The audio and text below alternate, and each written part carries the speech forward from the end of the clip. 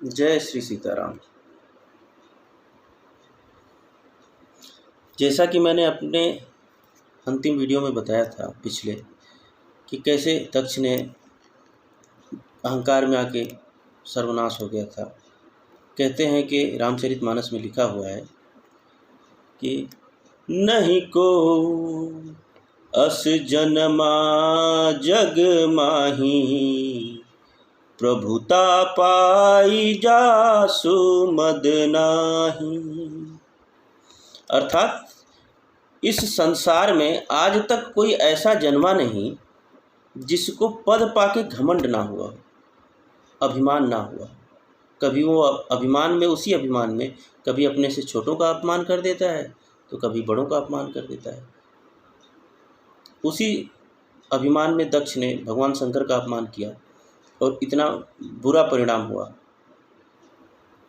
फिर माता पार्वती आई, शादी हुआ, और कैसे माता पार्वती फिर भगवान शंकर के पास आई हैं और कैसे पूछ रही हैं भगवान से कि प्रभु आप मुझे राम के बारे में बताइए कि कौन है वो राम, कैसे हैं ये, क्या ये वही राम है जिसको सब ऋषि मुनि भजते हैं, आप भजते हैं, ब्रह्मा जी भजते हैं, सारे देवता भजते हैं, ये वही राम है या वो कोई और राम है? और अगर ये कोई और राम है तो ये ब्रह्म है या फिर आम मनुष्य हैं?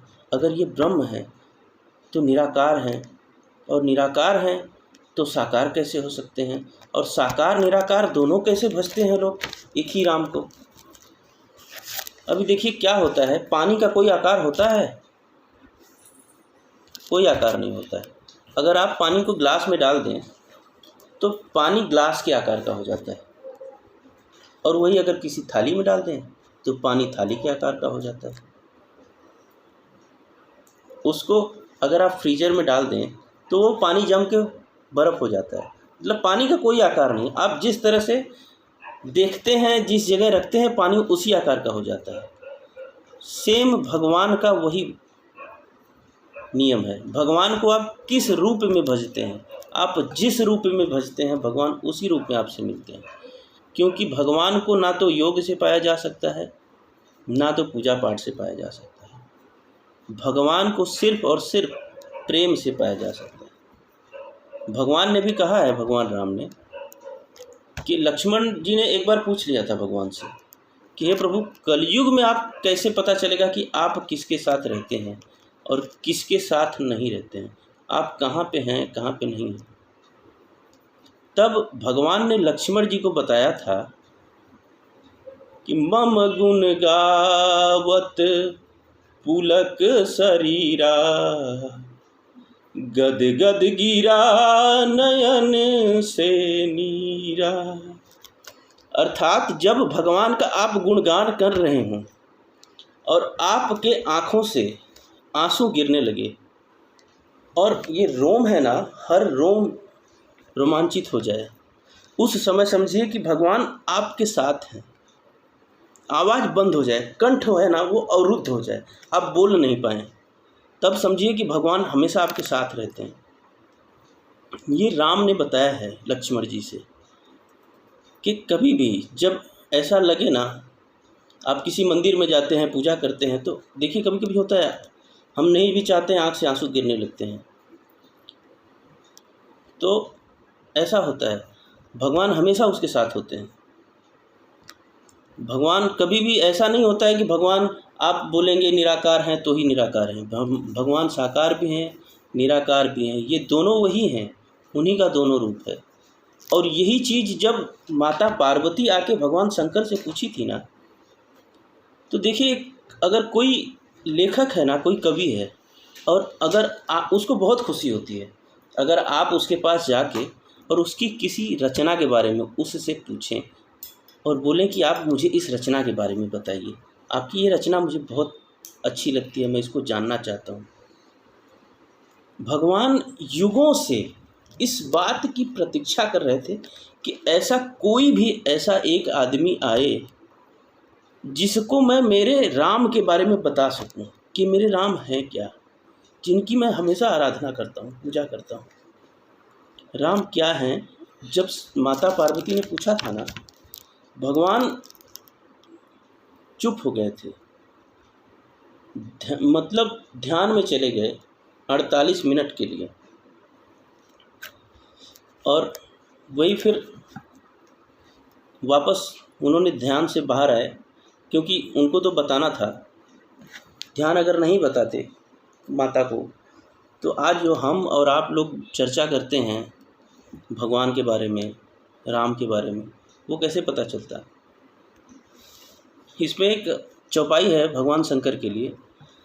हर ही राम चरित सब आए, प्रेम पुलक लोचन जल छाए। रघुनाथ रूप उर आवा, परमानंद अमित सुख पावा। अर्थात जब भगवान पार्वती माता ने पूछा ना, तो जैसे एक इनो होता है ना, आप जानते हैं कि कुछ 6 मिनट में ही इनो का असर होता है ना, दिखाता है कि 6 मिनट में इनो का असर हो जाता है, और जो अंदर की बदहजमी होती है वो बाहर आ जाती है 6 मिनट में। तो वैसे ही जब माता ने पूछा ना उनसे राम के बारे में, तो उनको मतलब राम नाम लिया ना, तो वो पूरे चित्र, पूरा चरित्र राम का भगवान शंकर के सामने एक क्षण में घूम गया। और भगवान शंकर मतलब 48 मिनट के लिए ध्यान में चले गए, रोमांचित हो गए, पूरे शरीर से रोम खड़े हो गए और आँख से आंसू गिरने लगे। और तब उन्होंने बोला कि पार्वती, आपने बहुत ही अच्छा प्रश्न किया है। और पूछा माता ने कि अगर ये ब्रह्म हैं तो ये पृथ्वी पे क्या कर रहे हैं, कैसे पृथ्वी पे आए, क्यों आए, ये मानव रूप में क्यों घूम रहे हैं। तो एक भगवान ने बताया था उन्होंने माता पार्वती को कि एक, बाकी लोग तो ऐसे बोलते हैं कि भगवान हर युग में मनुष्य रूप में आते हैं, तो लेकिन ऐसा नहीं है।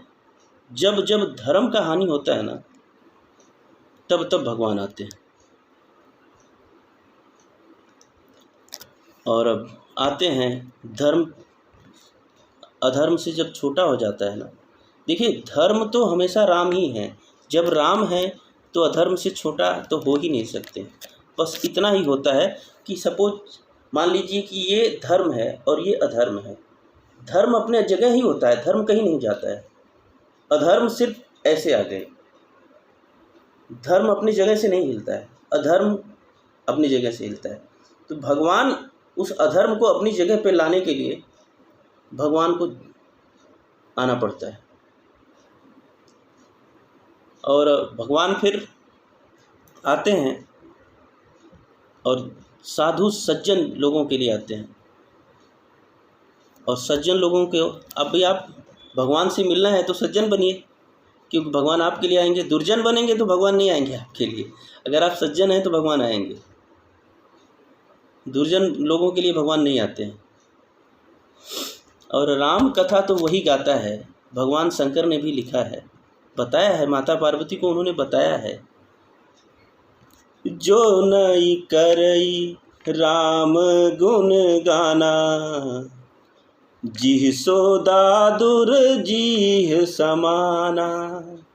अर्थात भगवान शंकर माता पार्वती को बताए हैं कि जो इंसान, जो नर, जो मनुष्य अगर भगवान राम का या अपने जो भी आप भगवान को मानते हैं उसका अगर आप गुणगान नहीं करते हैं, तो आपकी जो जिह्वा है ना, जिह्वा वो दादुर के समान अर्थात मेढक के समान होती है। सिर्फ टर टर करते रहिए, जिसका कोई मतलब नहीं है।